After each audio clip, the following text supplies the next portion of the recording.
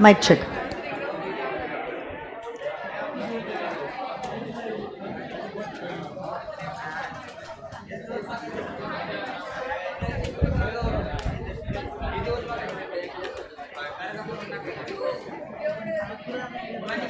So very good morning to every one of you all.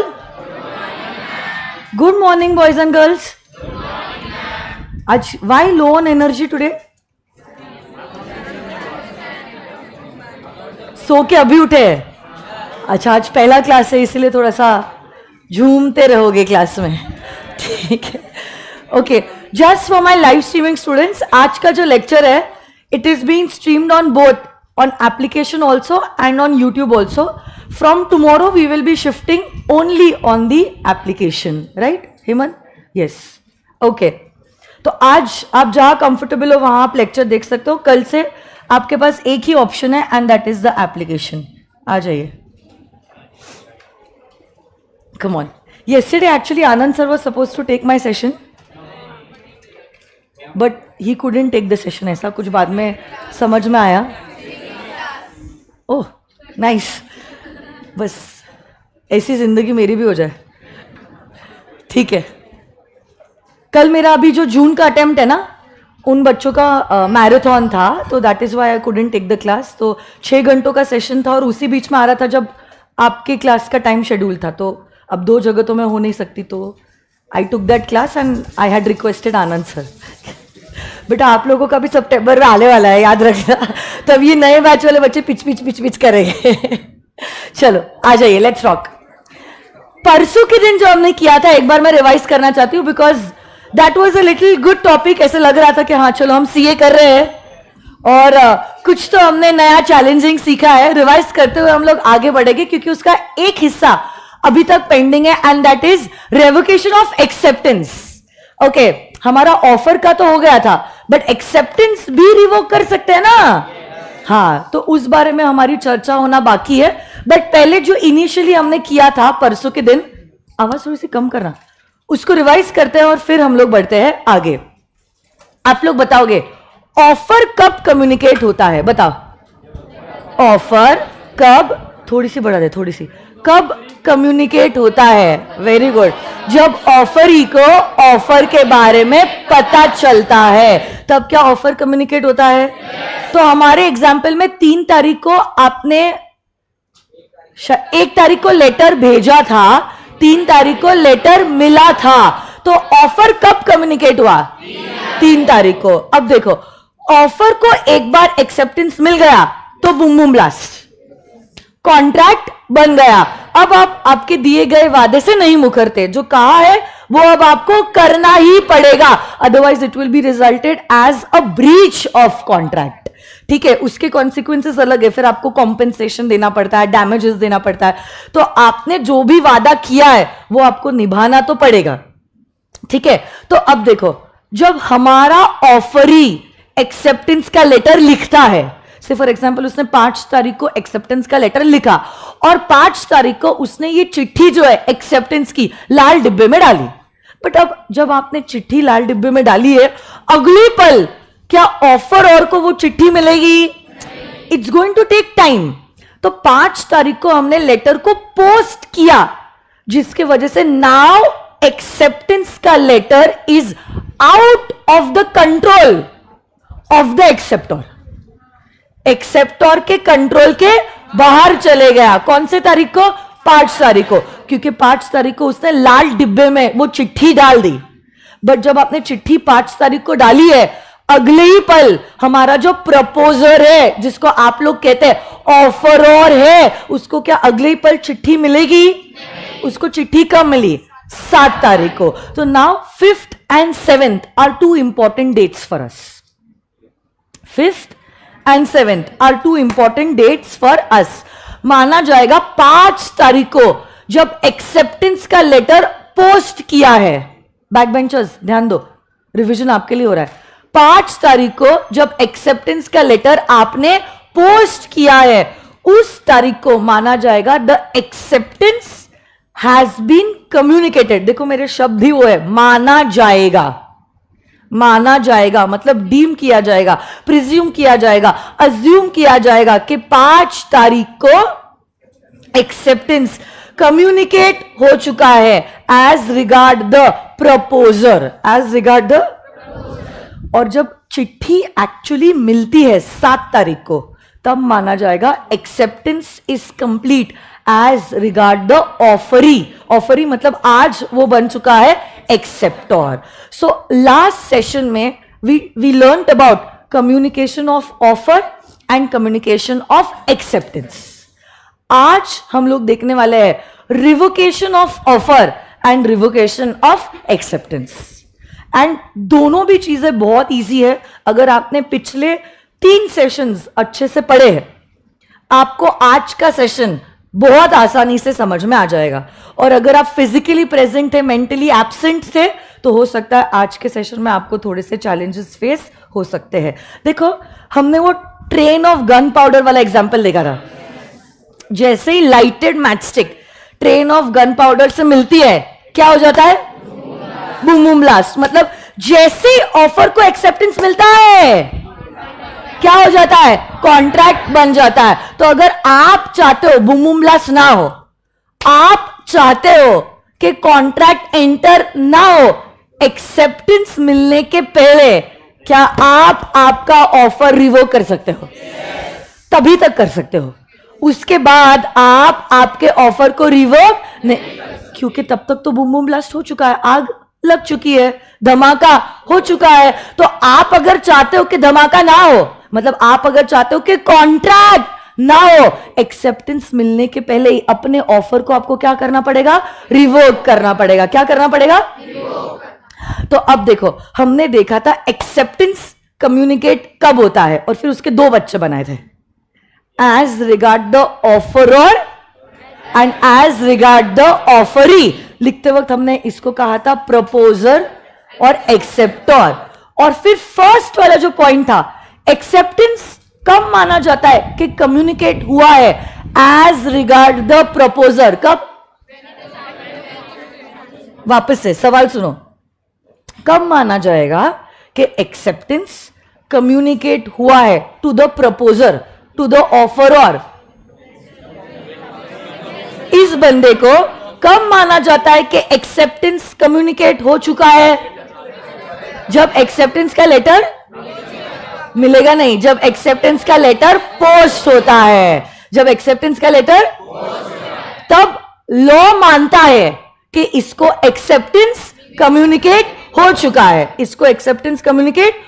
मतलब अगर इस बंदे को मतलब कौन से बंदे को?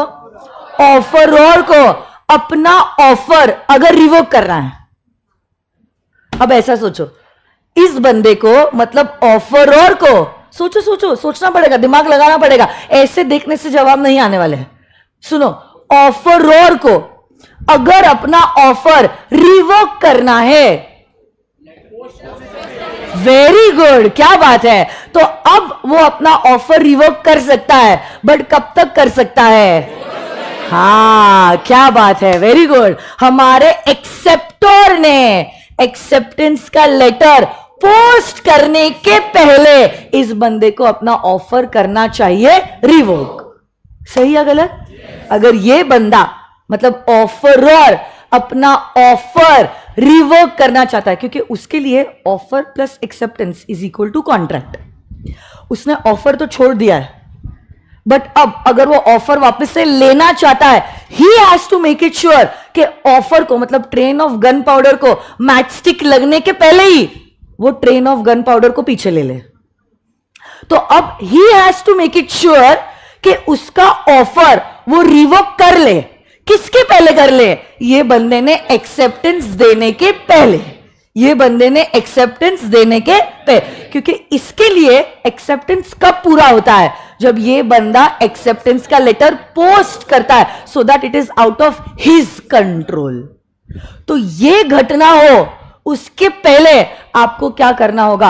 आपके ऑफर को करना होगा रिवोक, आपके ऑफर को करना होगा रिवोक। वैसे ही इस साइड पे आ जाओ, इस बंदे ने एक्सेप्टेंस दे दिया, एक्सेप्टेंस कम्युनिकेट हो गया है as regard the offeror, but अभी तक एक्सेप्टेंस कंप्लीट नहीं हुआ है एज रिगार्ड द ऑफरी। इस बंदे के लिए कॉन्ट्रैक्ट कब होता है? Offer plus acceptance is equal to contract.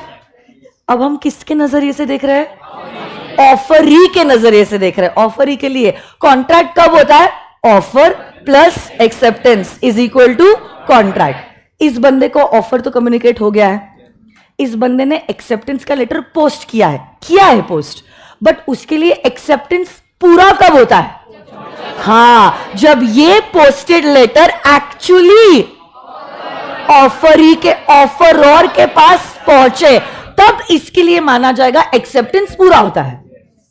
इस बंदे के नजरिए से हम देख रहे हैं from the point of view of the acceptor. तो इसको ऑफर तो मिल गया है, बट इसके लिए एक्सेप्टेंस तब पूरा होता है। कब पूरा होता है? जब उसका एक्सेप्टेंस का लेटर ऑफरर के पास पहुंचे। तो अगर वो बंदा अपना एक्सेप्टेंस रिवोक करना चाहता है, बैक बेंचर्स, अगर हमारा एक्सेप्टर अगर एक्सेप्टेंस रिवोक करना चाहता है, ओके, तो देखो मतलब वो कॉन्ट्रैक्ट होने से बचाना चाहता है। वो नहीं चाहता है कि धमाका हो। अब इस बंदे के हाथ में ऑफर तो नहीं है, इस बंदे के हाथ में वो लाइटेड मैच स्टिक है, समझ रहे हो आप? तो उसको क्या करना होगा? He has to make it sure कि अगर ट्रेन आ चुकी है वो अपनी माचिस ना जलाए या माचिस पीछे ले ले, समझ रहे हो आप? तो अब ये जो बंदा है, जो हमारा एक्सेप्टर है, अगर वो चाहता है कि धमाका ना हो, कॉन्ट्रैक्ट ना हो, इस बंदे को क्या करना पड़ेगा? अपना एक्सेप्टेंस रिवोक करना पड़ेगा, अपना एक्सेप्टेंस। और वो रिवोक कब तक कर पाएगा? जब तक उसका ओरिजिनल चिट्ठी इस बंदे के पास पहुंचे। उसके पहले उसको क्या करना पड़ेगा? अपना एक्सेप्टेंस रिवोक करना पड़ेगा। तो 5 तारीख को उसने लाल डिब्बे में चिट्ठी तो डाल दी है, उसके बाद ही उसका मन बदला होगा, क्योंकि देखो पहले ही अगर उसका ना होता वो हाँ का लेटर ही नहीं भेजता। 5 तारीख को चिट्ठी डाल दी, मे बी उसको वही गाड़ी का same model, same colour, everything same, कोई कम दाम में मिल रहा है। वो 5 लाख की थी, 4 लाख में मिल रहा है। तो अब वो सोच रहा है मैं 5 लाख क्यों डालू, 1 लाख एक्स्ट्रा क्यों डालू? तो now he wants to revoke his acceptance. तो ये बंदा क्या कर सकता है? देखो उस जमाने की अगर मैं बात करूं, उस जमाने की, he could have sent a telegram, because telegram is faster as compare to Indian postal system. तो he could send the telegram immediately. उसको दूसरा लेटर आया, मतलब दूसरा ऑफर आया 4 लाख के लिए, वो क्या करेगा? टेलीग्राम भेजेगा and he will make it sure कि ये टेलीग्राम कुछ घंटों में, और अगर कुछ घंटों में नहीं तो एटलीस्ट 1 दिन में, ये रिवोकेशन की चिट्ठी हमारे प्रपोजर के पास पहुंच जाए। He just has to make it sure उसका ओरिजिनल एक्सेप्टेंस का लेटर पहुंचे, उसके पहले रिवोकेशन का लेटर पहुंच जाए। अगर रिवोकेशन का लेटर पहले पहुंच गया तो धमाका नहीं होगा। अब कौन सा लेटर कब पहुंचेगा वो अपने हाथों में नहीं है। इस बंदे ने एक्सेप्टेंस का लेटर 5 तारीख को भेज दिया, और 5 तारीख की शाम को उसने टेलीग्राम भेज दिया एक्सेप्टेंस को रिवोक करते हुए।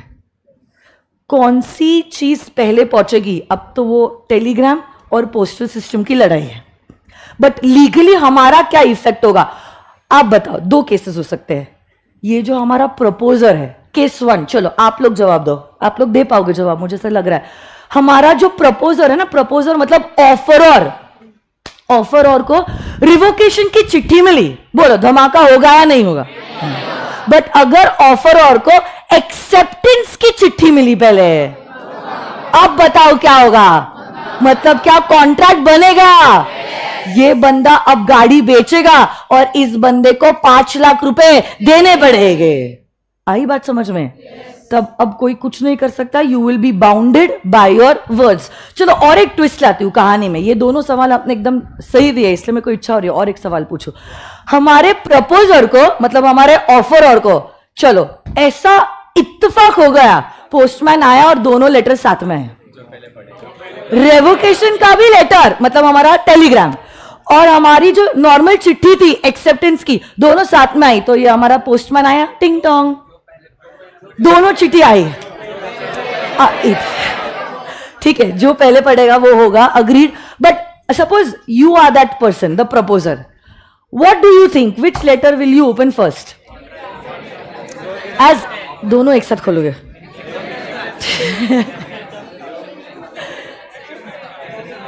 मतलब आप क्या लेटर पहले पढ़ोगे या क्या आप टेलीग्राम पहले पढ़ोगे? देखो, usually anyone with a little common sense will always open the telegram first, क्योंकि usually telegrams are sent only for urgent messages. तो हमारी ह्यूमन टेंडेंसी होती है कुछ तो इंपॉर्टेंट मैसेज है, कुछ तो अर्जेंट मैसेज है, उसको पढ़ना ज्यादा जरूरी है, तो usually a person opens the telegram first. तो अगर टेलीग्राम पहले ओपन किया है, एक्सेप्टेंस रिवोक हो चुका है, और अगर एक्सेप्टेंस रिवोक हो चुका है, there is no contract and the person will not be bounded by that original चिट्ठी, क्योंकि उसने धमाका होने के पहले ही he took back the lighted matchstick. Got it और नो? पक्का 100%. अब आई बात आपको समझ में? Very good, I am so proud of you. तो ये एग्जाम्पल में मेरे को अब बताओ आप लोग. अच्छा, वैसे चीजें प्रूफ कैसे करोगे is not a matter of our concern. किसी को अगर सवाल आया होगा, मैम टेलीग्राम पहले तो खोल दिया बट ये बंदे को गाड़ी बेचनी थी, तो अगर उसने झूठ बोल दिया कि उसने चिट्ठी पहले पढ़ी तो क्या होगा? तो देखो, एग्जामिनर के सवाल के आगे आपको सवाल नहीं करना है कि हे एग्जामिनर पहले तू बता प्रूफ कैसे करेंगे कि चिट्ठी पहले खोली थी या टेलीग्राम. आपको अगर एग्जामिनेशन में मार्क्स चाहिए तो आपको उसके सवाल के आगे देना होगा जवाब. तो अगर एग्जामिनर ने खुद ने 2 केसेस लिखे हैं, केस 1 पहले चिट्ठी खोली है, केस 2 पहले टेलीग्राम खोला है, तो पहले चिट्ठी खोलने वाले केस के लिए आप जवाब दोगे कि ऑफर को एक्सेप्टेंस मिल गया है, both parties will be bounded by the contract. और अगर केस 2 ये है कि टेलीग्राम खोला है, तो आप कहोगे क्योंकि एक्सेप्टेंस रिवोक हो चुका है, there is no contract and the parties will not be bounded by the contract. तो आप ये मत पूछो उसको, तू बता तू प्रूफ पहले कैसे करेगा. उसने दोनों केसेस पूछे हैं, आपको ये पता होना चाहिए कि अगर कोई गिवन फैक्ट है तो वो फैक्ट का क्या आंसर है according to law. This is what you are suppose to know. बाकी सारे काम के लिए हमारे लॉयर्स है. अभी अग्रवाल के केस के लिए आपने देखा ही है. तो बाकी ये सारे काम, चीजों को प्रूफ कैसे करना है, this is a matter of our lawyers. So ये तो ताजा ताजा गर्मा गर्म खबर है, आप लोग सब जानते हो. अचानक से कोई ड्राइवर आ जाता है. तो सलमान खान का केस तो पुराना हो गया है, अब ये पुणे पॉश केस आ चुका है, उसमें भी तो ड्राइवर आया है. नहीं पता आप लोगों को? हाँ, तो वो केस के बारे में कुछ पढ़ती तो मुझे आप लोगों की याद आती है. वो केस के बारे में जस्ट हमने डिस्कस किया था और अगले दिन ये सब कुछ हुआ जो हमने डिस्कस किया था. तो चीजें कैसे प्रूफ की जाती है, that is more a concern of lawyers. Okay. तो आप लोगों को एज सीए स्टूडेंट्स ये सारी चीजें एक्सपेक्टेड नहीं है. आप चिल करो, बस ये फैक्ट है, ये प्रूव हो चुका है, आपको सिर्फ इसका कंक्लूजन देना है. That's it. That's the only thing that is expected from you all. तो आप लोगों के पास स्टिक नोट्स है? स्टिक नोट्स पे फिर हम ये रिवोकेशन ऑफ एक्सेप्टेंस के बारे में एग्जाम्पल लिखेंगे.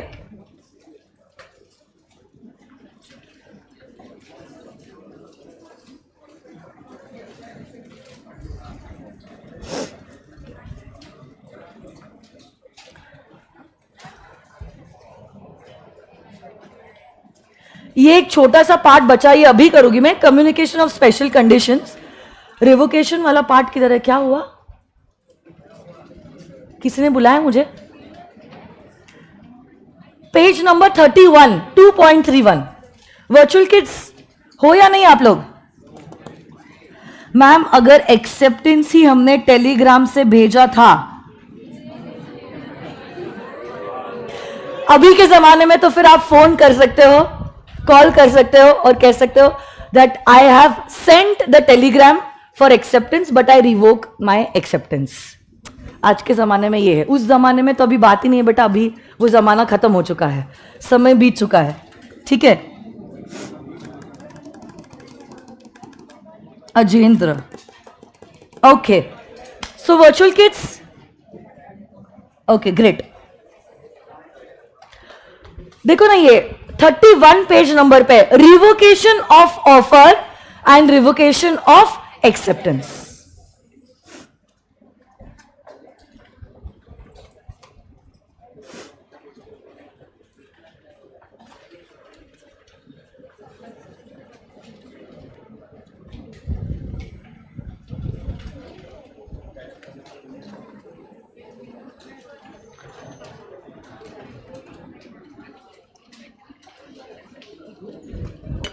So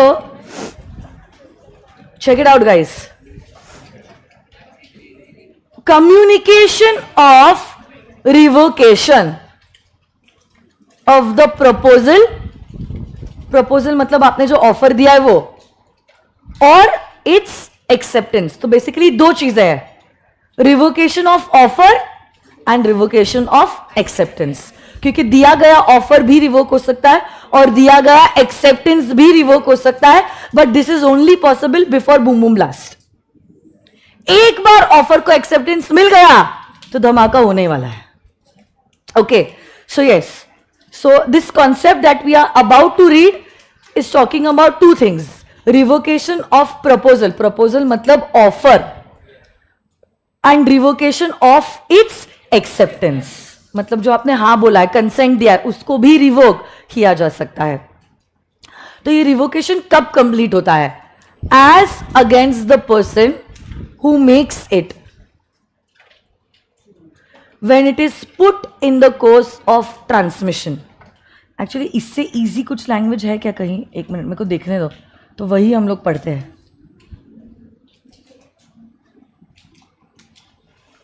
क्योंकि ये लैंग्वेज ना थोड़ी सी ट्रिकी है, पहले से कॉन्सेप्ट ट्रिकी है, ऊपर से ये लैंग्वेज, तो बच्चा ऑलरेडी गिर चुका है और अब संभलना बहुत मुश्किल हो गया है. गिरा हुआ है गिरे हुए हो, खुद के लिए बोल रहा, अब हम गिरे हुए हैं. ठीक है, चलो थोड़ा सा सिर्फ मैं कोशिश कर रही हूँ. प्रीवियस बुक्स में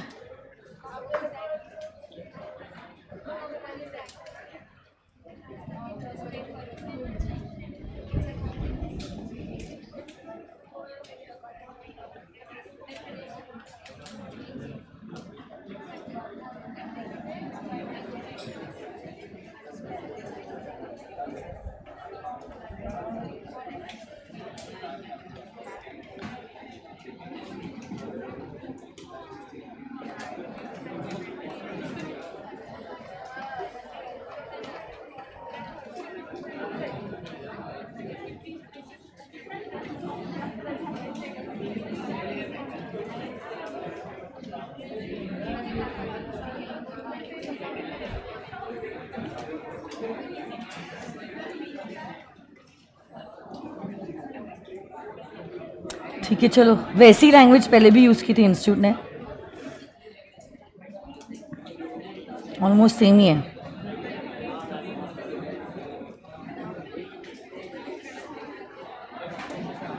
ठीक है, there is nothing different, same language. ठीक है, आपको यही करना पड़ेगा, ऑप्शन नहीं आपके पास. आई वॉज जस्ट चेकिंग कि जो प्रीवियस वाली मॉड्यूल है उसमें क्या लैंग्वेज थोड़ी सी इजियर थी, but it's the same thing. वैसे ही पढ़ना होगा. आ जाइए. So as against the person who makes it when it is put into the course of transmission to the person to whom it is made, so that it is out of the power of the person who makes it, and as against the person to whom it is made when it actually comes to his knowledge. मैं ये जब example लिखवाऊंगी ना, उसमें मैं करती हूँ ये चीज़ों को आसानी से लिखवा देती हूँ आपको. ये देखो, इस एग्जाम्पल में आपको लैंग्वेज भी आसान मिलेगी और कॉन्सेप्ट तो आपको समझ ही गया है. तो ये ऑफर और है, ये ऑफर ही है. ऑफर लेटर 1 तारीख को भेजा था, बट ऑफर लेटर कब मिला था? 3 तारीख को. ऑफर कम्युनिकेट हो चुका है. अब 5 तारीख को इस बंदे ने चिट्ठी लिखी that he wants to buy the car for 5 lakhs and he posted it. But 5 तारीख को पोस्ट किया तो 5 तारीख को मिल जाएगा क्या? नहीं. से ये लेटर कब पहुंचा? जो भी 7 तारीख को पहुंचा. अब 7 तारीख को वो लेटर पहुंचा, बट आप अगर आपके ऑफर को रिवोक करना चाहते हो, हम किसकी बात कर रहे हो? Revocation of what? Revocation of what? अगर ऑफर इस बंदे को रिवोक करना है, क्योंकि ऑफर और तो यही है ना, इस बंदे को अगर ऑफर रिवोक करना है, वो कब तक रिवोक कर सकता है? वेरी गुड, 5 तारीख के पहले. क्यों 5 तारीख के पहले? क्योंकि 5 तारीख को इस बंदे ने एक्सेप्टेंस का लेटर पोस्ट किया है, so that it is out of his control. तो अगर इस बंदे को अपना ऑफर रिवोक करना है, he has to make it sure that this revocation of offer का letter reaches this person before 5th of January. तो he might also send maybe some speed post। ठीक है, मैंने टेलीग्राम एग्जाम्पल दिया था, यहां पे उसने स्पीड पोस्ट डाला है।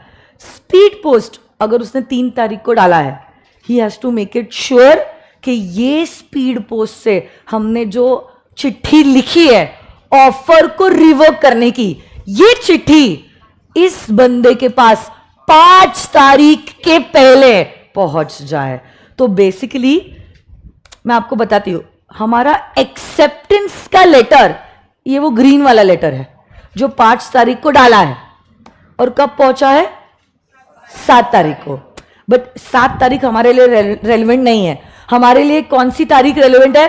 5 तारीख। We have to make it sure कि हमारा स्पीड पोस्ट जो है वो इस बंदे के पास, ये लाल में स्पीड पोस्ट, हमारा स्पीड पोस्ट जिसमें हमने क्या लिखा है? रिवोकेशन ऑफ ऑफर के बारे में लिखा है, ये स्पीड पोस्ट इस बंदे के पास पहुंच जाना चाहिए 5 तारीख के पहले।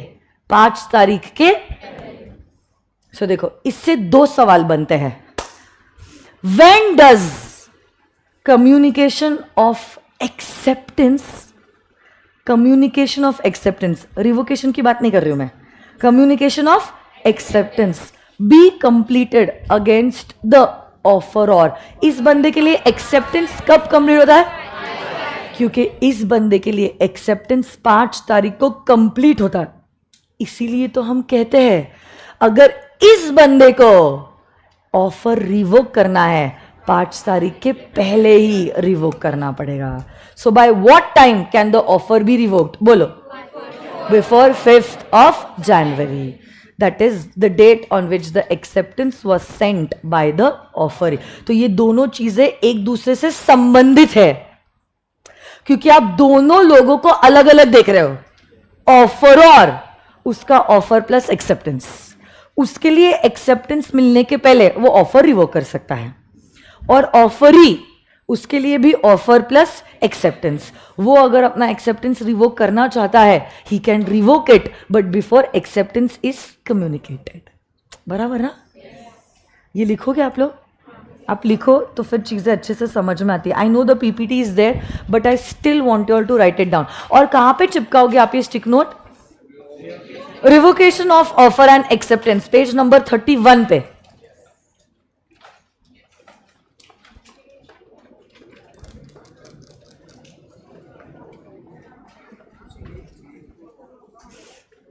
एंड्रॉइड फोन है किसी के पास? सॉन्ग प्ले करोगे? तुमने लास्ट टाइम प्ले किया था ना? तुम बहुत दर्द में हो। उसी में लगा रहा है क्या?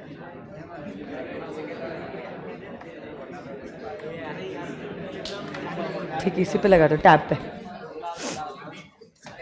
लिखो लिखो कि सॉन्ग प्ले होने के बाद लिखना चालू करोगे। वही बोल रहे थे हम। देखो बेशरम, लिखो सॉन्ग प्ले होते रहेंगे।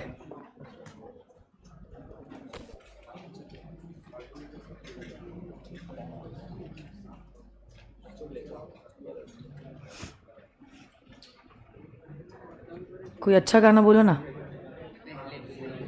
पहले भी मैं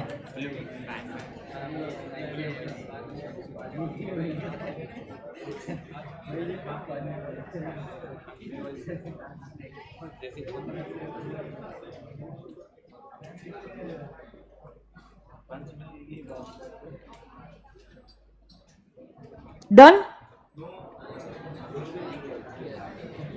स्टार्ट ही नहीं किया? Very good.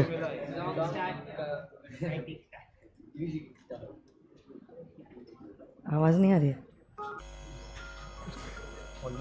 फुल है।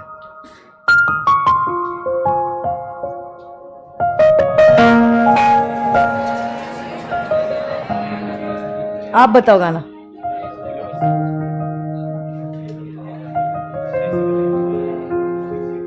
पहले भी मैं तुमसे मिला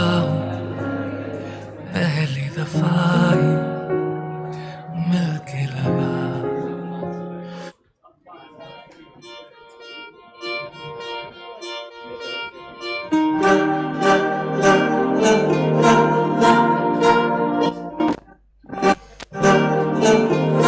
अलग तुझ में असर कुछ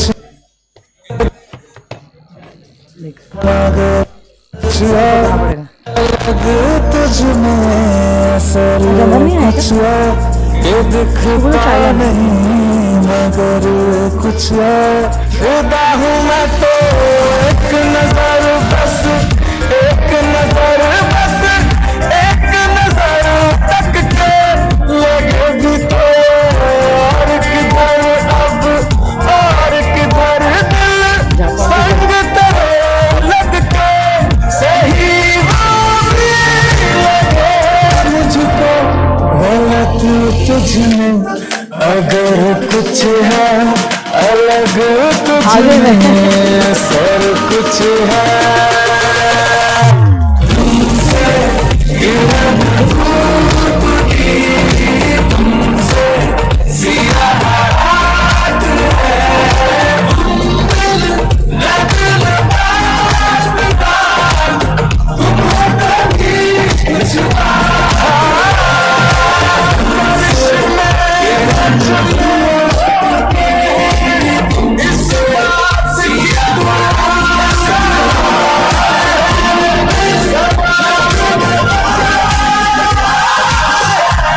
हेमंत आवाज कम कर।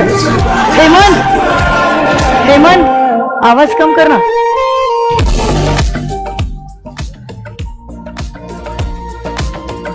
मतलब पढ़ाई पे कॉन्सेंट्रेट कर रहा है या गाले पे? थोड़ी सी बढ़ा दे, थोड़ी सी बस।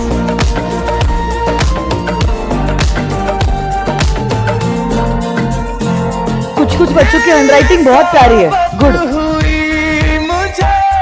नसीब है जब अगले सवाल पे भी जाना है। हो गया।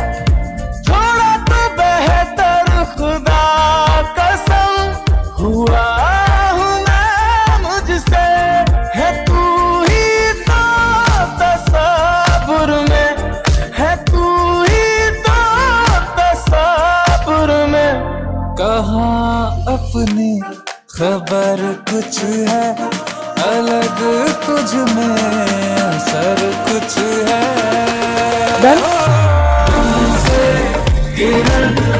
बुक का है तुम्हारी?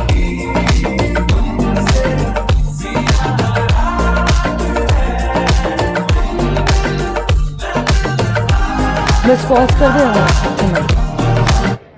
चलो आ जाइए।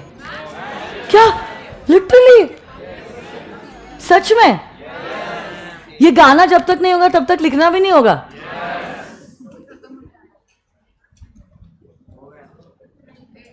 Virtual kids, come on guys, I R done with the writing part. आप ही सच बोलोगे। कमेंट बॉक्स में प्लीज बोलो यस मैम हो चुका है, डन राइटिंग। कोई स्क्रीनशॉट नहीं लेते वो लोग। अच्छा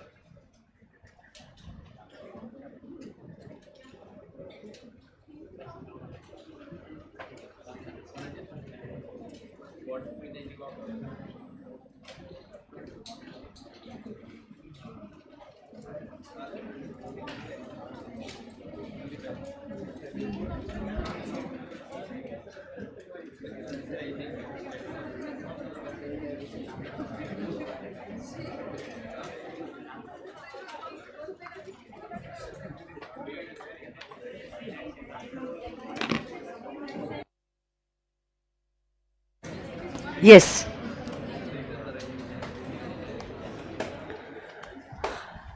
नेक्स्ट प्रेजेंटेशन पे देखो आप, communication of revocation of acceptance.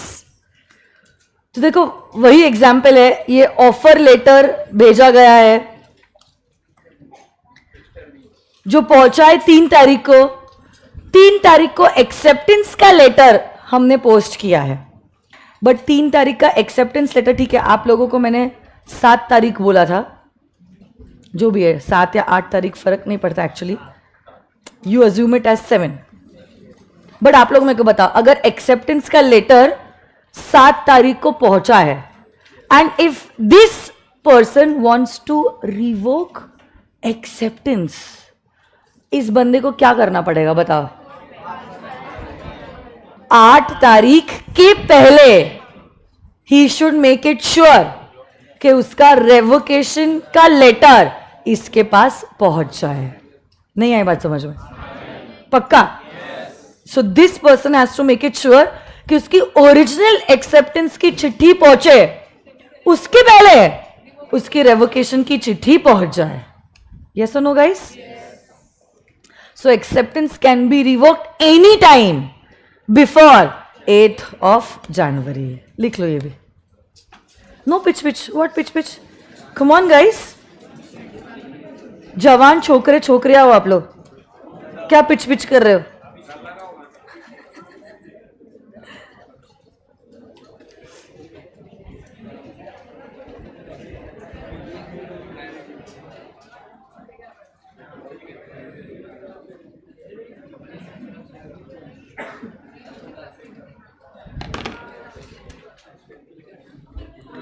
ऋत्विज का एक गाना लगा दो, खोल आईपैड। देसी गाना ये है, देसी कलाकार लगाओ। अच्छा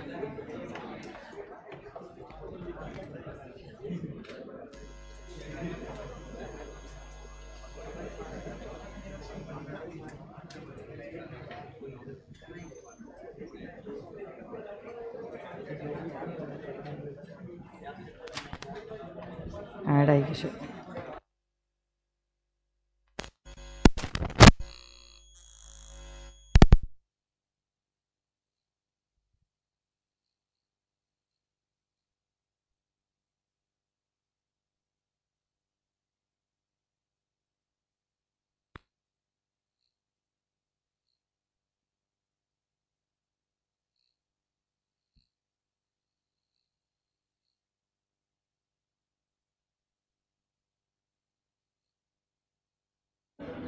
ओके डन?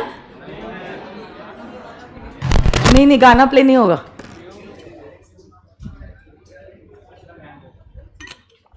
अमर पानी लाना ना, देख। Virtual kids are done with the writing part.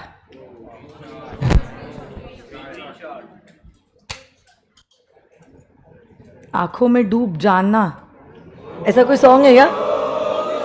नहीं नहीं, मुझे नहीं पता, ऐसे उन्होंने लिखा है आंखों में डूब जाने का सॉन्ग लगाओ। आई don't know about this song.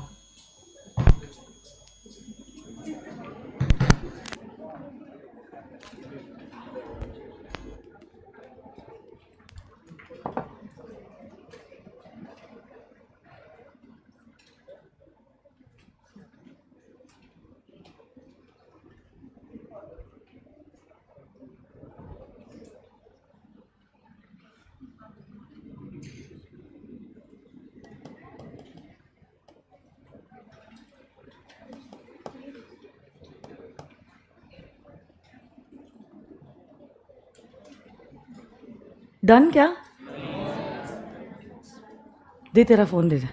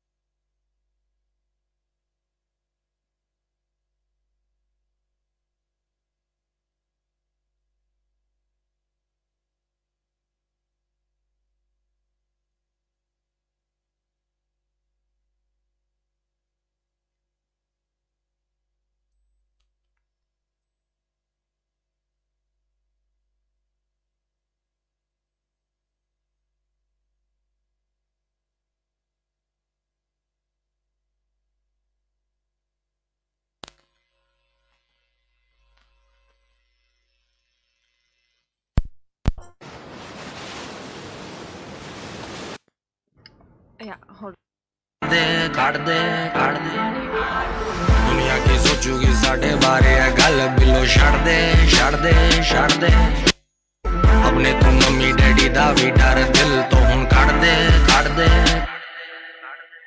तू मेरी हीर मैंने दिल से माना तुझे हर वीरवार पीर बाबा से भी मांगा तुझे यार तेरा सुपरस्टार देसी कलाकार मैं ये कैसे फिटफाट रहता है आप लोगों को? बनिहार तेरा सुपरस्टार मैं पुत्र जट दामन बनिहार यार तेरा सुपरस्टार बन बनिहार मेरे नेड़े नहीं चलो तेरे बिन मेरा जी बहुत आगे जाना बेटा हमें।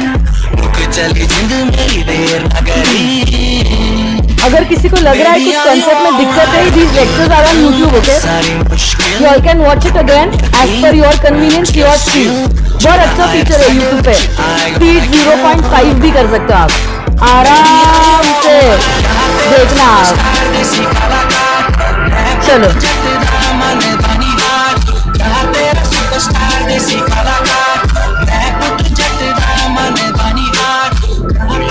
बस बंद कर दो बेटा, चैप्टर खत्म करना है, कल कंसिडरेशन शुरू करना है। क्या हुआ? वहीं पे लगा दो, उसके बाजू में। यहां पे अभी बैक टू बैक एग्जाम्पल्स है, 2 मिनट में फटाफट मैं ये एग्जाम्पल रीड कर लेती हूँ, फर्क नहीं पड़ता, अभी कॉन्सेप्ट आपको समझ में आ गया है। आपने ऑलरेडी ये वाला एग्जाम्पल देखा है, कोई भी डेट क्यों ना हो, now you know what the concept is, you should be in a position to give the answer. तो देखो यहां पे क्या इलस्ट्रेशन है इंस्टीट्यूट ने जो दिया है, if you revoke your proposal made to me by a telegram, the revocation will be complete as far as you are concern when you have dispatched the telegram, but as far as I am concerned it will be completed only when I receive the telegram। इसीलिए आपका revocation का letter पहुंचना important है। वैसे ही आपका revocation of offer हो या revocation of acceptance हो, रिवोकेशन की चिट्ठी पहुंचना बहुत इंपॉर्टेंट है दूसरे व्यक्ति को, नहीं तो आपका रिवोकेशन वैलिड नहीं होगा। ठीक है, so the important question is, when can a proposal be revoked and when can an acceptance be revoked? तो देखो the offer अच्छा actually ये है the offeror, मतलब प्रपोजर, ऑफर और नहीं है, ऑफरर। आपको समझा मैंने क्या बोला? यहां पे आप लिखो ऑफर, और एक ही शब्द है। The offeror can revoke his offer before it is accepted. अब कितना इजी लग रहा है ये। आप अगर चाहते हो कि धमाका ना हो, एक्सेप्टेंस के पहले ऑफर को रिवोक कर लो। हाँ, हे हो the offeror can revoke his offer before it is accepted, and if he does so, मतलब अगर उसने ऐसा कर लिया, the offeree cannot create a contract by accepting the revoked offer। कर लो कि नहीं, समझ लो, वेरी गुड। तो जैसे यहां पे दिया है, the bidder at an auction sale may withdraw his bid before it is accepted by the auctioneer by the fall of hammer। In short कुछ भी एग्जाम्पल ले लो यार, ऑफर को एक्सेप्टेंस मिलने के पहले आप आपके ऑफर को रिवोक कर लो, कॉन्ट्रैक्ट एंटर नहीं होगा। तो यहां पे बिडर ने बिड किया, बट एक्सेप्ट होने के पहले आपने बिड को रिवोक कर दिया, so there can be no acceptance to a revoked offer, there is no contract.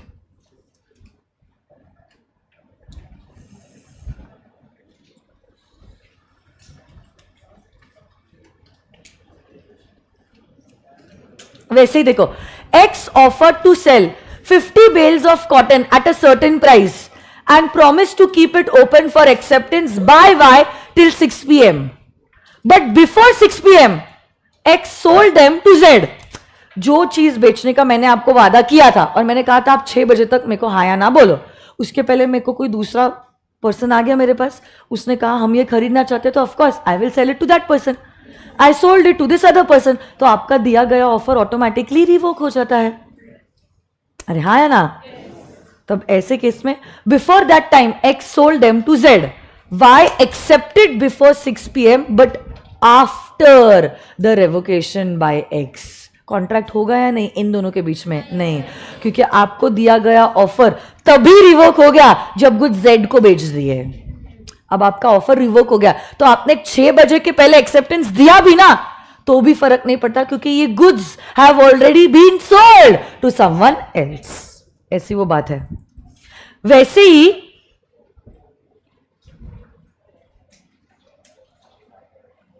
अगर थोड़ी सी लीगल लैंग्वेज देखे, लीगल लैंग्वेज में अ प्रपोजल मतलब offer can be revoked at any time before the communication of its acceptance is complete as against the proposer. 5 तारीख वाला ये example है कि प्रपोजल रिवोक हो सकता है any time before acceptance is communicated as against the proposer, and an acceptance may be revoked any time before the communication of acceptance is complete against the acceptor. 7 तारीख को acceptance की चिट्ठी पहुंचे, उसके पहले आप रिवोकेशन की चिट्ठी पहुंचा दो तो ही रिवोकेशन होगा, नहीं तो कॉन्ट्रैक्ट होगा।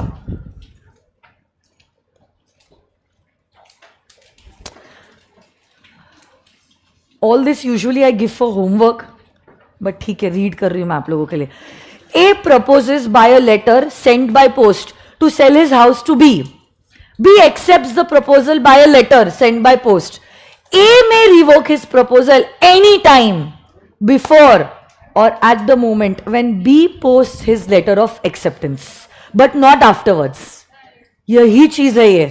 Usually this is homework, but I don't know why am I reading it for you.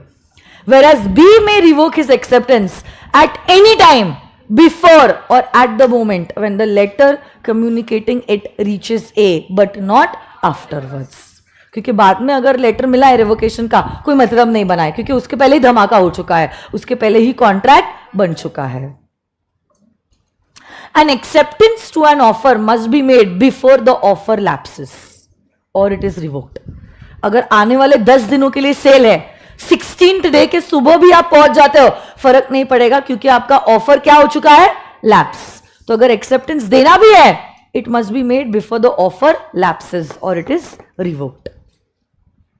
ठीक है, ये सेंटेंस आप कट कर दोगे तो भी चल जाएगा। The law relating to offer is same in India as in England. ये मैंने आपको बताया था, ये उस टाइम पे लॉ बना था जब ब्रिटिशर्स वो ruling India. So many of our acts are according to the British law only. तो यहाँ पे वही लिखा है कि ये लॉ इज द सेम जहाँ पे इंग्लैंड में लिखा है।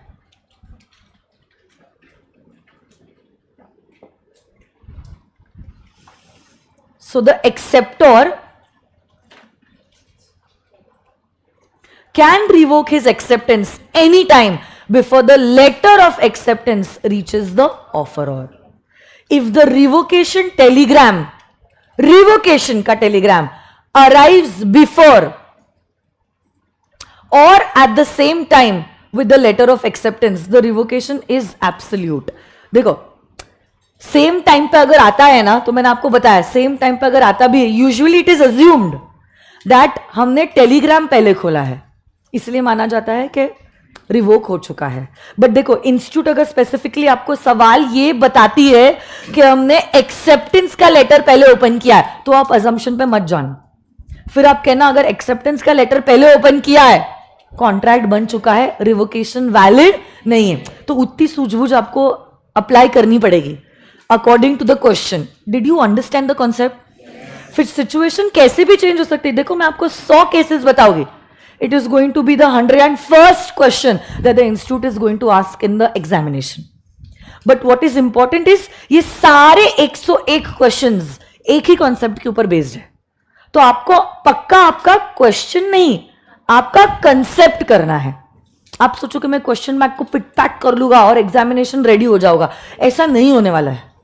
हर एग्जामिनेशन में कुछ ना कुछ तो नया आने ही वाला है. So what is important is focus on the concept. फिर कुछ भी मोल्ड कर ले इंस्टीट्यूट सवाल, it should not bother you. Okay. Contract over telephone. एक काम करो, आप में से ही कोई रीड करके मेरे को समझा दो. कॉन्ट्रैक्ट ओवर टेलीफोन पढ़ो आप ही, या होमवर्क की तरह पढ़ के आओगे.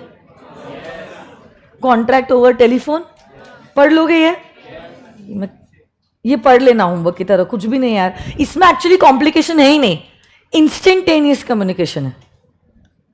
अच्छा बट बताओ, अगर कभी फोन लाइन डेड हो गया, या कभी कभार ऐसा होता है ना, डिस्टर्बेंस आ गया, अचानक से बारिश आ गई, तो ऐसे एलियन टाइप आवाज आ रही है, समझ में नहीं आ रहा है कि वो पर्सन ने क्या बोला है क्या नहीं बोला है, तो फिर क्या एक्सेप्टेंस कम्युनिकेट हुआ है?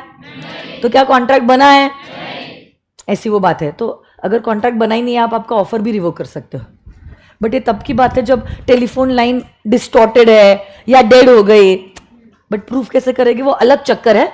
बट टेक्निकली अगर आपको कम्युनिकेट ही नहीं हुआ है मैसेज, तो माना जाएगा ऑफर को एक्सेप्टेंस नहीं मिला है. ये आप रीड कर लो, आपको समझ में आ जाएगा. और ये आखिरी कॉन्सेप्ट तो हमने किया है, तो बचता है एक last concept in this chapter is special conditions.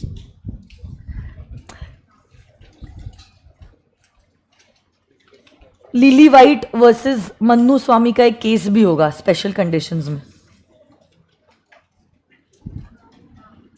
Page 29 है I think, communication of special conditions.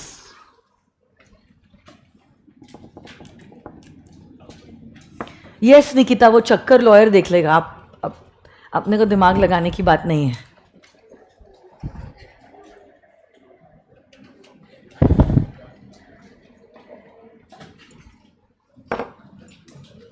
आ जाइए. एक बच्चे का नाम है जेठालाल एंड बबीता जी. एक एक नाम है इन बच्चों के, आपको देखने चाहिए.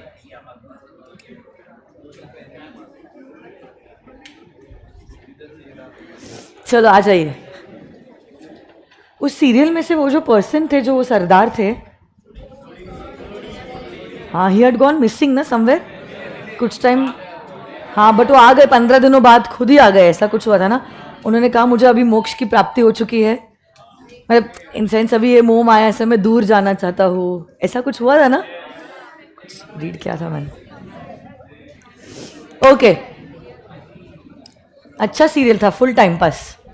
आता है क्या अभी भी? नए एपिसोड्स खत्म हो गया ना? अभी है बट अभी खींच रहे. साल कितने, 10 साल हो गए ज्यादा, 10-12 साल हो गए, 16 साल.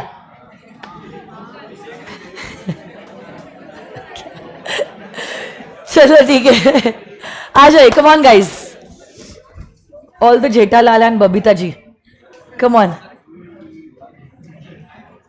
सुन ना, अरे वो इंडियन कॉन्ट्रैक्ट एक्ट का यूनिट 1 के नोट्स भेजना. उस दिन भेजे थे ना? उस दिन भेजे थे, परसों के लेक्चर में है बेटा, डिस्क्रिप्शन में आप चेक कर लो. भेज दे वापस से, बच्चे रो रहे. Okay, what is this special conditions? मैं आपको बताती हूँ. बहुत बार क्या होता है, when you enter into a contract, there are certain conditions which are communicated to you but not upright. ऐसे मुंह पे आपको ये सारे टर्म्स एंड कंडीशंस नहीं बोले जाते हैं, but tactfully in terms and conditions को कम्युनिकेट किया जाता है विथ यू. यूजुअली जब आप एयर टिकट खरीदते हो, suppose you book a flight, and when you book a flight and you get the ticket, with the ticket there are attach certain terms and conditions.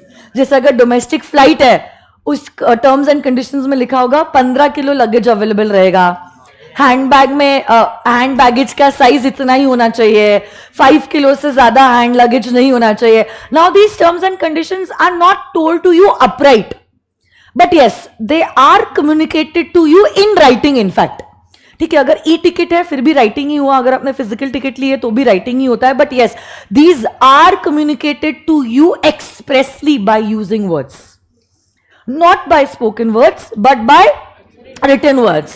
Now my question is, if you're booking that ticket, are you bound by these conditions? Yes. So the answer to this question is yes. दूसरी चीजें होती है जैसे कि you cannot carry anything that is sharp like a knife or scissors, in the handbag, you have to keep it in the luggage. फिर anything that is liquid more than 200 ml cannot be carried. ऐसे बहुत सारे conditions होते हैं.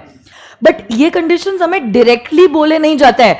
या तो एक छोटा स्टार होता है और लिखा जाता है प्लीज रिफर द वेबसाइट, या ये आप लिंक पे क्लिक कीजिए और आपको सारे टर्म्स एंड कंडीशंस पता होंगे.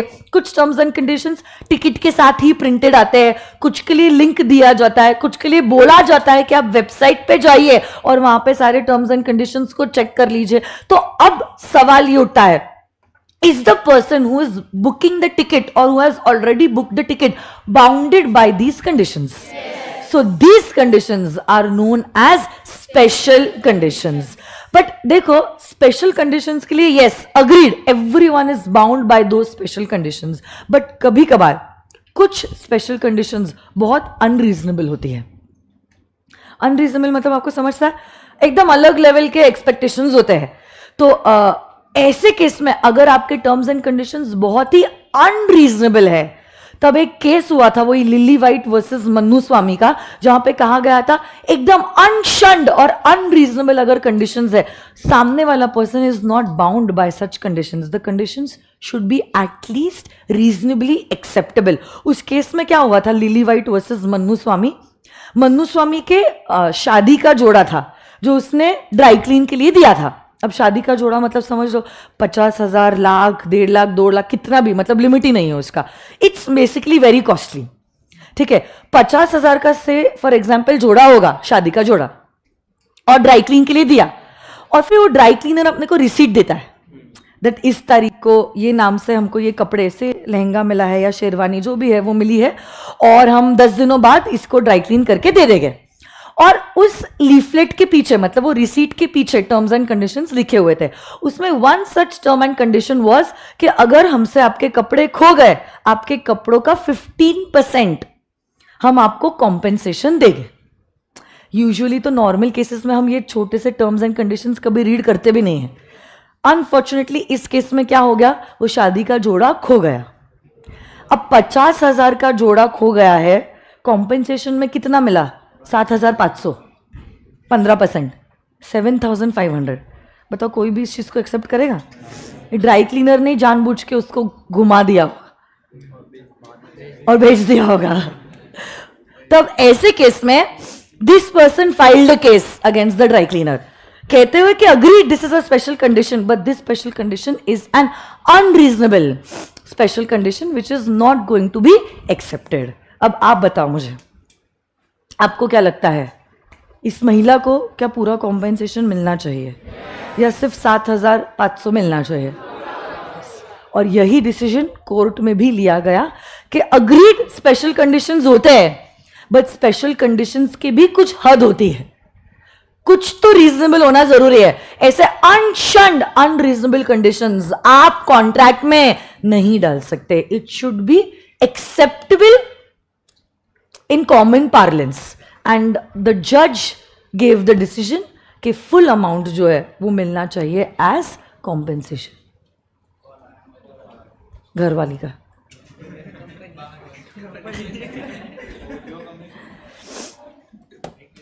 तो देखिए, sometimes there are situations जब आप जिम में भी एडमिशन लेते हो, छोड़ ठीक है, have you ever enrolled in a gym? सिर्फ एनरोल किया फिर डोनेशन हो गया. So usually when you enrol in a gym there is a form that you fill in, और वो फॉर्म के पीछे बहुत सारे टर्म्स एंड कंडीशंस लिखे होते हैं. इट्स ओके, ठीक है. So sometimes there are situations where there are contracts with special conditions.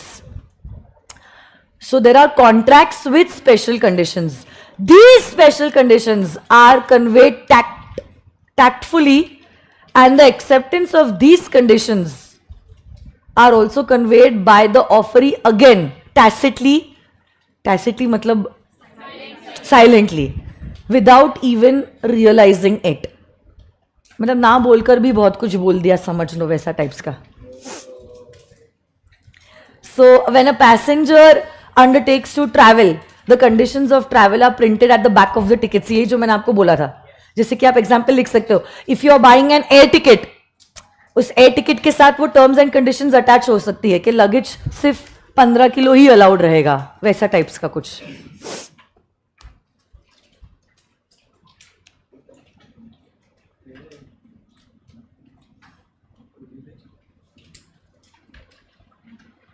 टैसिटली मतलब साइलेंटली।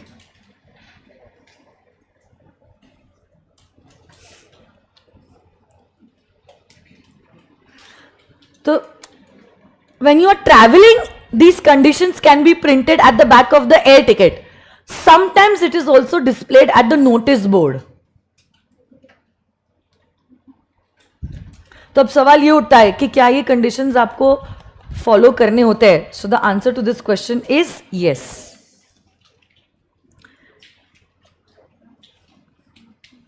तो ये डिसीजन हुआ था in Mukul Dutta versus Indian airlines in the year 1962।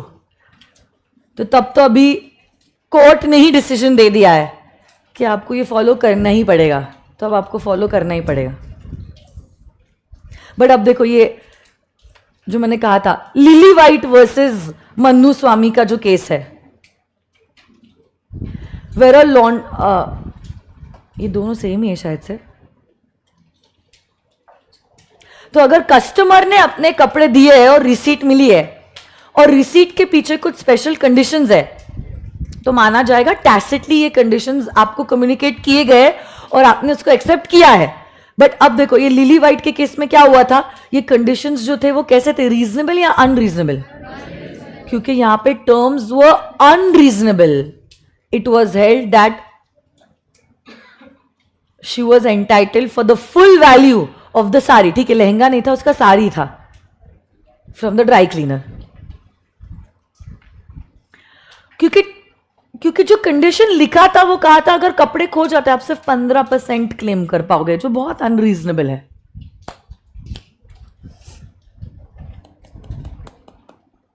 ये केस लॉ का नाम याद रखना, लिली वाइट वर्सेस मन्नू स्वामी।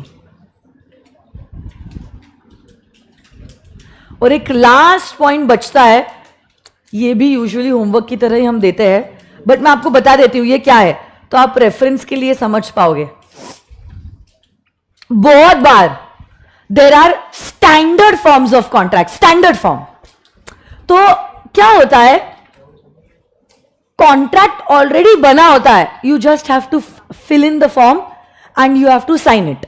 मतलब फिल इन द ब्लैंक्स करना और साइन करना है। जैसे कि जब आप शेयर्स को खरीदते हो बेचते हो, there is already a standard form for transfer of shares, for transmission of shares. when you are taking some SIP, some mutual fund, or when आप life insurance ले रहे हो, there is already a standard form of contract. ऐसा नहीं होता हर एक person के लिए एक अलग कॉन्ट्रैक्ट बनेगा। There is a pre-printed standard form which is usually accepted by everyone. What you only do is you fill in the blanks. आप आपका नाम, you're the son of, daughter of, age, where are you residing, ये सब details भरते हो, sign करते हो and then the contract is done.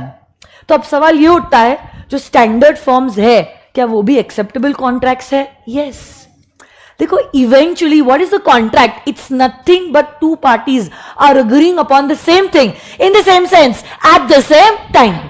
अगर आपका कॉन्ट्रैक्ट का फॉर्म स्टैंडर्ड है, it does not really make a difference.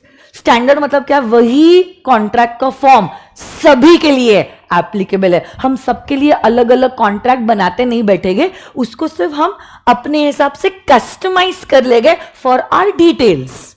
बाकी टर्म्स एंड कंडीशन सेम ही होते हैं। आप SIP में इन्वेस्ट कर रहे हो, आप म्यूचुअल फंड में पैसा डाल रहे हो, आप LIC ले रहे हो, उसके इतने सारे टर्म्स एंड कंडीशंस होते हैं। Usually it is standard. In fact even if you are applying in case of any IPO के लिए जब आप अप्लाई करते हो ना, तब जब आप अप्लाई करते हो you fill in an application form. और एप्लीकेशन फॉर्म भरना एक बात होती है, बट अगर आप देखोगे उससे अटैच बहुत सारे टर्म्स एंड कंडीशंस होते हैं। तो अगर आपने एक्सेप्ट कर लिया, माना जाएगा आपने वो टर्म्स एंड कंडीशंस को भी एक्सेप्ट किया है। समझ रहे हो आप बात को? So it's a standard form. तो अगर आप चाहते हो आप स्टैंडर्ड फॉर्म्स का प्रिंट आउट ले सकते हो, अपने डिटेल्स भर सकते हो, साइन करके you can be bounded bye such contracts. Standard form मतलब समझता है ना, it's not customized from person to person. It's standard, which everyone is filling in and using it. That is also a way through which you can enter into a contract. It's just a form which is made common for everyone. तो ये भी आप क्या कर सकते हो, homework की तरह रीड कर सकते हो. हाँ, हो गया.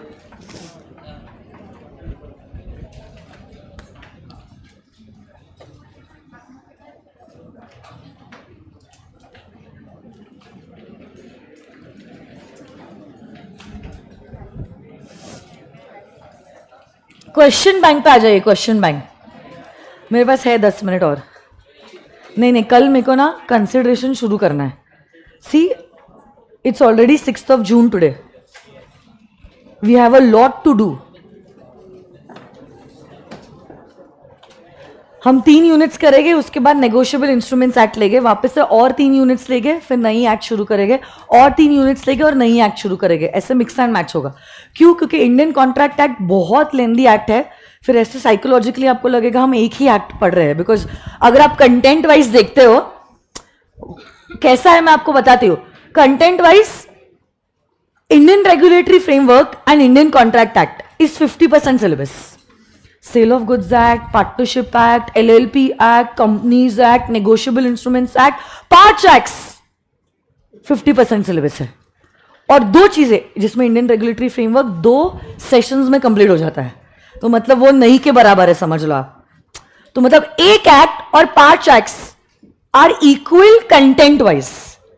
तो अब क्या होगा, अगर मैं एक ही एक्ट लूंगी, आपको लगेगा कब से हम एक ही एक्ट कर रहे हैं, एक ही एक्ट कर रहे हैं. Mentally you will get drained.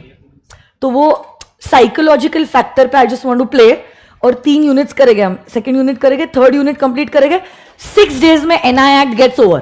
तो आपको ऐसा लगेगा कि चलो हमारी एनआई एक्ट हो गई. जिनका कंपनीज एक्ट हो चुका है उनको लगेगा अरे कंपनीज एक्ट हो गया, एनआई एक्ट हो गया, इंडियन रेगुलेटरी फ्रेमवर्क हो गया. तो वो एक जस्ट साइकोलॉजी है, ह्यूमन साइकोलॉजी. फिर और 3 यूनिट्स लूंगी, 4, 5, 6, और एक दूसरी एक्ट लूंगी, may be sale of goods act. फिर बाकी की यूनिट्स वापस से लूंगी, indemnity, guarantee, bailment, pledge, agency, और फिर पार्टनरशिप एक्ट. वैसे क्वेश्चन 4 पे आ जाइए. 4,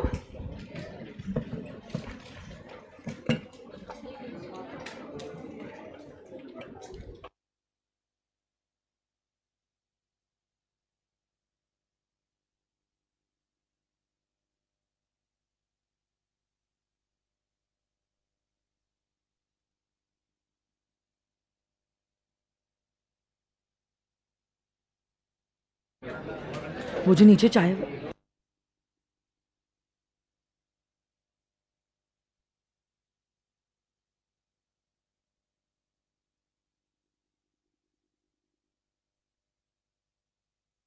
देखो ये क्वेश्चन क्या कहता है. Come on guys.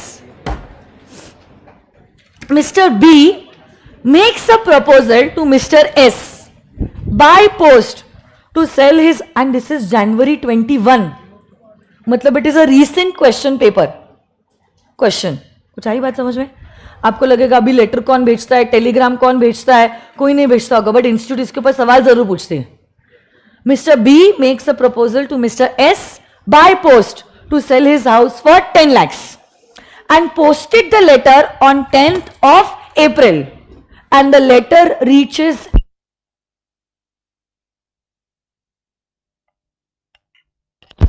on 12th. He reads the letter on 13th. तो वो वाला किस्सा हो गया. लेटर भेजा कब है? नहीं, लेटर 12 को नहीं भेजा है, लेटर 10 को भेजा है. लेटर मिला कब है? और लेटर रीड कब किया है? Mister S sends his letter of acceptance, और इस बंदे ने एक्सेप्टेंस का लेटर 16 को भेजा, और ये एक्सेप्टेंस का लेटर पहुंचा है बी को on 20th of. There are so many dates, so whenever there are such dates you have to be more careful. I don't know किसके ऊपर सवाल पूछा है, बट अब आपको समझ में आना चाहिए. 10 तारीख को लेटर भेजा है, 12 को पहुंचा है, 13 को रीड किया है. 13 को रीड करने के बाद उसने 2-3 दिन लिए, 16 को एक्सेप्टेंस का लेटर पोस्ट किया है, और 16 का एक्सेप्टेंस का लेटर 20 तारीख को वापस इसके पास पहुंचा है. किसी के ऊपर भी सवाल आ सकता है. कम्युनिकेशन ऑफ ऑफर के ऊपर आ सकता है, कम्युनिकेशन ऑफ एक्सेप्टेंस के ऊपर आ सकता है, रिवोकेशन ऑफ ऑफर के ऊपर आ सकता है, रिवोकेशन ऑफ एक्सेप्टेंस के ऊपर भी आ सकता है। अभी गलत जवाब मत देना प्लीज।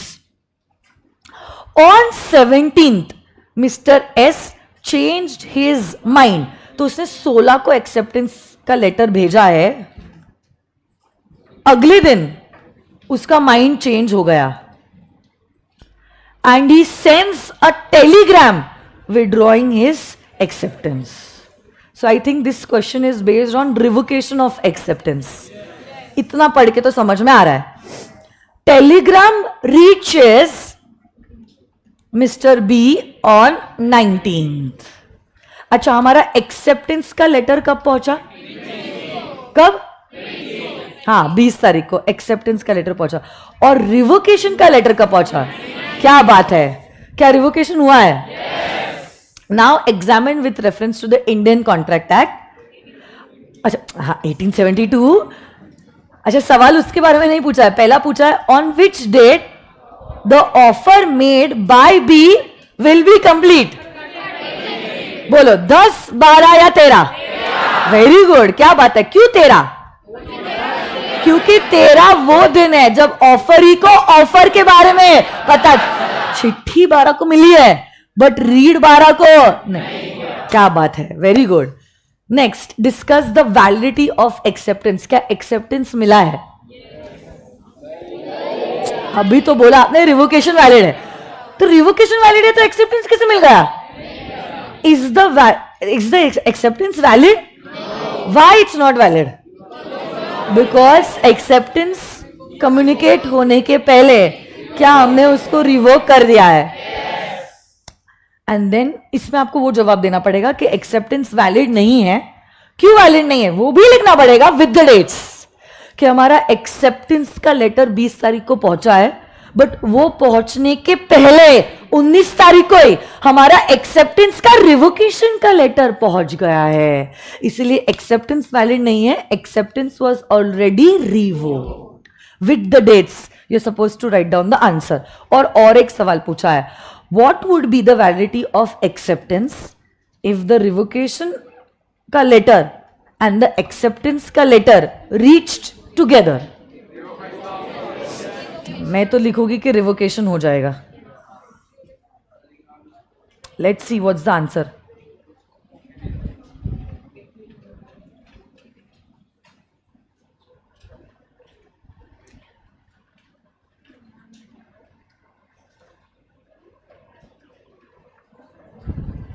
इसमें तो इंस्टीट्यूट ने लिखा है कि revocation would be absolute, acceptance can be revoked any time before the communication of acceptance is complete. Since revocation was made before the communication of acceptance was complete, the communication can be considered as complete only when the letter of acceptance reaches the proposer, that is Mr. B.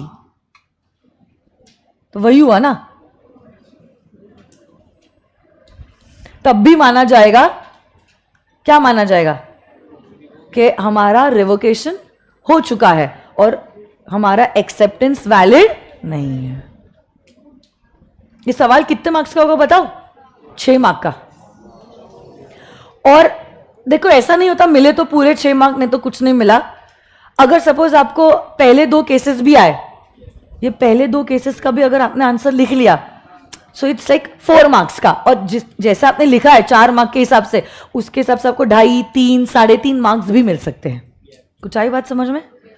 तो जितना आपको आता है उतना भी आप लिख सकते हो। ये जो कॉन्सेप्ट है ना, revocation of offer and revocation of acceptance, जो आज हमने पढ़ा है, वहां पे आप लिखो क्वेश्चन नंबर 4 जनवरी 21।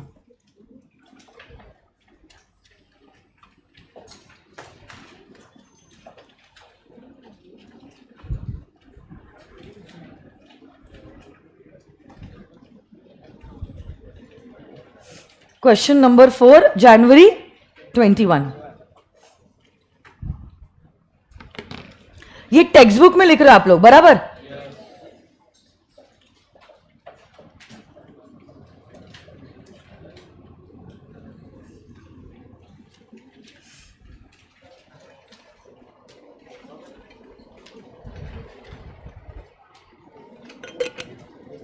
एक नया क्वेश्चन इंस्टीट्यूट ने मॉड्यूल में ऐड किया है, question number 10.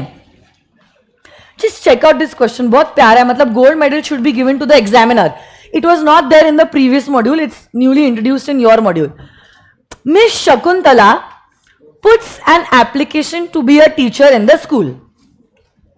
She was appointed by the trust of the school. Obviously, जो school का trust होता है वही appointing authority है. Okay, she was appointed by the trust of the school. अब देखो, trust ने नहीं, but her friend who works in the same school. God bless you. Her friend who works in the same school informs her about her appointment informally. But later, due to some internal reasons, her appointment was cancelled. Can Miss Shakuntala claim for damages? आप answer देख के no बोल रहे हो, मुझे पता है, क्योंकि यहां पे इसका आंसर ही नो है. ये सवाल ही आपको पूछना चाहिए था, आंसर नहीं बताना चाहिए था. आप बताओ, सुनो मेरी बात. आपने मुझे ऑफर दिया है, आपने मुझे ऑफर दिया है. आप अगर मुझे ऑफर दे रहे हो, एक्सेप्टेंस कौन दे सकता है? रूल्स ऑफ एक्सेप्टेंस का पहला ही पॉइंट है, जिसको ऑफर दिया है वही एक्सेप्टेंस दे सकता है. आपने अगर मुझे ऑफर दिया है कि मैम हमें एसपीसी में सिखाने आना है, we want to be a teacher, हाँ या ना कौन बोल सकता है? हम ही हाँ या ना बोल सकते. कल जाके अमर कहता है हमने सर और मैम की बात सुनी थी, तुझे टीचर की तरह अपॉइंट कर लिया है एसपीसी में. मतलब क्या आप मान लोगे ऑफर को एक्सेप्टेंस मिल गया है? एक्सेप्टेंस अमर के साइड से होना चाहिए या हमारे साइड से होना चाहिए? यहां पे एग्जैक्टली वही हुआ है. ट्रस्ट ने मिस शकुंतला को हाँ या ना नहीं बोला है. उसकी एक फ्रेंड है जो स्कूल में ही काम करती है, उसने कहा कि इनफॉर्मली मेरे को खबर आ चुकी है कि तू जो है ना टीचर की तरह अपॉइंट हो गई है, कॉन्ग्रेचुलेशंस. और बाद में फिर कुछ सर और मेरे बीच में डिस्कस हुआ और हमने डिसाइड किया नहीं आपको टीचर की तरह अपॉइंट नहीं करेंगे. अब आप हमारे अगेंस्ट केस फाइल कर रहे हो. I will sue SPC. मुझे एक्सेप्ट करने के बाद मेरा एक्सेप्टेंस रिवोक कर लिया और अब पहले कह दिया कि हम टीचर बन चुके हैं, अब कह रहे हैं हम टीचर नहीं बनेंगे. This is exactly why we did not appoint you as a teacher. आई बात समझ में? यहां पर हमने कभी आपको एक्सेप्टेंस दिया ही नहीं था. एक्सेप्टेंस आपको जो कम्युनिकेट हुआ है एसपीसी के साइड से नहीं हुआ है, अमर के साइड से हुआ है. But that can not be regarded as an acceptance. पहला रूल एक्सेप्टेंस का, एक्सेप्टेंस वही पर्सन दे सकता है जिसको आपने ऑफर दिया है. तो मिस शकुंतला ने ये जो एप्लीकेशन मतलब ऑफर दिया था that I want to teach in your school, school की ऑथोरिटीज मतलब ट्रस्ट ही ऑथराइज्ड है शकुंतला को हाँ या ना बोलने के लिए. उसकी फ्रेंड का communication can not be considered as a valid communication of acceptance. बाद में अगर डिसीजन चेंज हो गया और शकुंतला को टीचर की तरह अपॉइंट नहीं करना है, शकुंतला डैमेजेस क्लेम नहीं कर सकती. देखो यही आंसर होगा. Shakuntala can not claim the damages. Okay, आप और एक पॉइंट वहां पे ऐड करो. यहां पे नीचे जगह है ना, वहां पे और एक बुलेट ऐड करो. वैसे तो यहां पे लिखा है school authorities have not put any offer letter in transmission and information from the third party can not form a part of the contract but be more elaborative. मतलब इतना सा लिख के आपको कोई मार्क्स नहीं मिलने वाला है, ठीक है? तो आपको और कुछ चीजें भी लिखनी पड़ेगी, तो प्लीज लिखिए ना. और एक बुलेट वहां पे ही दे दो, क्वेश्चन बैंक में दे दो. Do you all have your question bank? See, those who don't have their question bank really are, I feel very pity for you all. मतलब आपको करना क्या है, उसकी पूजा करनी है वहां पर घर पे, मतलब या जो भी है गुरुकुल हॉस्टल घर पे रख के आपको करना क्या है वो बुक्स को. You all have your lunch every day, dinner every day, breakfast every day. आप जिसके लिए जी रहे हो उसको ही आप कॉम्प्रोमाइज कर रहे हो. आपका कैलकुलेटर, आपकी पेन्स, आपके नोटबुक्स, आपकी text books, why have you got them for next attempt January? लिखो प्लीज. नेक्स्ट बुलेट ऐड कीजिए एंड लिखिए acceptance can be given, acceptance can be given only by that person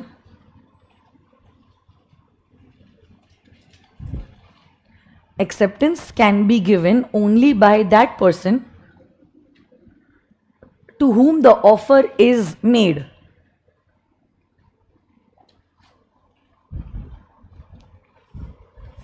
In the given case, अब देखो ये हमारा provision था ना, ये लॉ था कि एक्सेप्टेंस वही पर्सन दे सकता है जिसको आपने ऑफर दिया है. हाँ, तो लिखो in the given case Miss Shakuntala has given the application to the school. In the given case, Miss Shakuntala has given the application to the school. Thus, it is only the school authorities. Thus, it is only the school authorities who have the power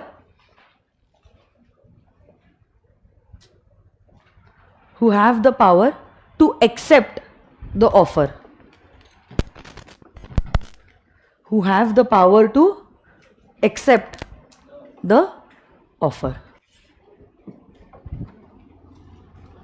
उन्होंने तो acceptance नहीं दिया है ना, तो cancel कर देना is not revocation और ब्रीच और कुछ गलत नहीं किया है, बराबर ना. Okay, thank you so much, bye bye, see you. So tomorrow we are going to start with a new chapter number 2, consideration, and yes, that's unit number 2 of the Indian Contract Act.